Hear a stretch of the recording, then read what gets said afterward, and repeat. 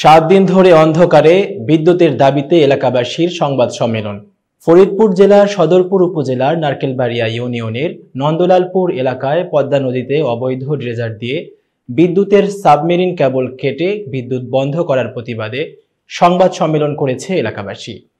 গত রোববার 10 নভেম্বর বিকাল 4 ঘটিকায় নারকেলবাড়িয়া ইউনিয়নের চুঙ্গাকান্দি বাজার ও হাওলাদারকান্দি বাজারে এ সংবাদ সম্মেলন অনুষ্ঠিত হয়। এলাকাবাসী জানায়, গত 4 নভেম্বর সোমবার রাতে পল্লী বিদ্যুতের সাবমেরিন কেবলের বৈদ্যুতিক লাইন ক্ষতিগ্রস্ত হওয়ায় এ সমস্যার সৃষ্টি হয়েছে। বিদ্যুৎ না থাকায় নানা ধরনের সমস্যার কথা উল্লেখ করে এলাকাবাসী বলেন, নারকেলবাড়িয়া ইউনিয়নের চেয়ারম্যান নাসির সর্দার দীর্ঘদিন যাবৎ নন্দলালপুর এলাকায় পদ্মা নদীতে অবৈধভাবে মাটি কাটার সময় ড্রেজার দিয়ে বিদ্যুতের সাবমেরিন কেবল কেটে বিদ্যুৎ বন্ধ করেছেন। অত্র ইউনিয়নের বিদ্যুৎ সরবরাহ না থাকায় গ্রামের চালকল, মুরগির খামার, গরুর খামার, কৃষিকাজের সেচ, মুঠোফোন চার্জ সহ ফ্রিজগুলোয় বিদ্যুতের অভাবে বন্ধ হয়ে গেছে।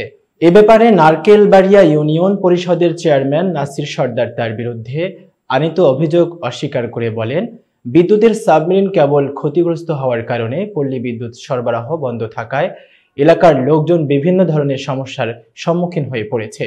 গ্রাহক সেবা নিশ্চিতকরণের জন্য আমি নিজে পল্লী বিদ্যুৎ সংশ্লিষ্ট কর্তৃপক্ষের সঙ্গে যোগাযোগ করে দ্রুত পদক্ষেপ নিতে অনুরোধ করেছি। এ ব্যাপারে মুঠোফোনে দোহার পল্লী বিদ্যুৎ সমিতির উপমহাব্যবস্থাপক বলেন, নদীর ভিতরে বৈদ্যুতিক সাবমেরিন কেবল লাইন ক্ষতিগ্রস্ত হয়েছে।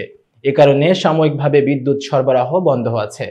বৈদ্যুতিক সাবমেরিন লাইনের কোথায় সমস্যা হয়েছে তা দেখা হচ্ছে।